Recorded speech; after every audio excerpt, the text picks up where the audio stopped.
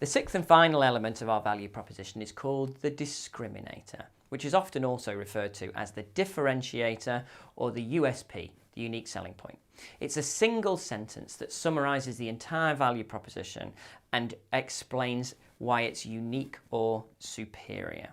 Imagine describing your value proposition to somebody and then bumping into them in a supermarket in 3 months' time. As long as they can play back to you the discriminator, they're explaining to you why your solution is most valuable.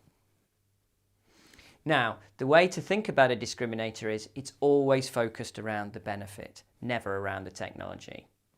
For example, if I created a safe family car that happened to be the first to have 8 airbags, would I want my discriminator to be the car that has most airbags or the car with 8 airbags, or would I want my discriminator to be the most family-friendly car or the safest car for families? You see, if it's based around the benefit, I can change how I do that over time. Maybe I can add side impact protection or rear collision avoidance or sleep warnings or lane correction, but I can always keep delivering the promise of discrimination, which is it's still the safest family car.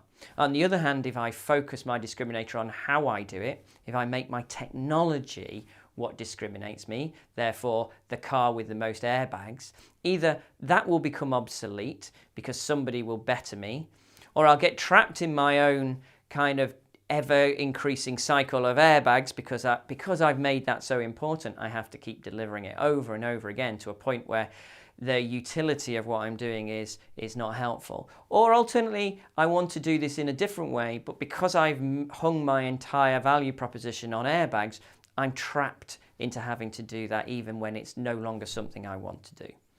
What we really want our discriminator to be is something that will endure over time. What we know is the discriminator of good brands doesn't change, and long term the customer has a much better chance of understanding our value proposition if we keep repeating the same thing.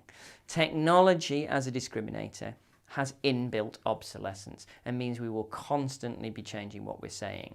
Putting the benefit at the heart of our discriminator gives us a much better chance of consistently repeating the same discriminator over a number of generations of product, so the customer will begin to understand what we stand for.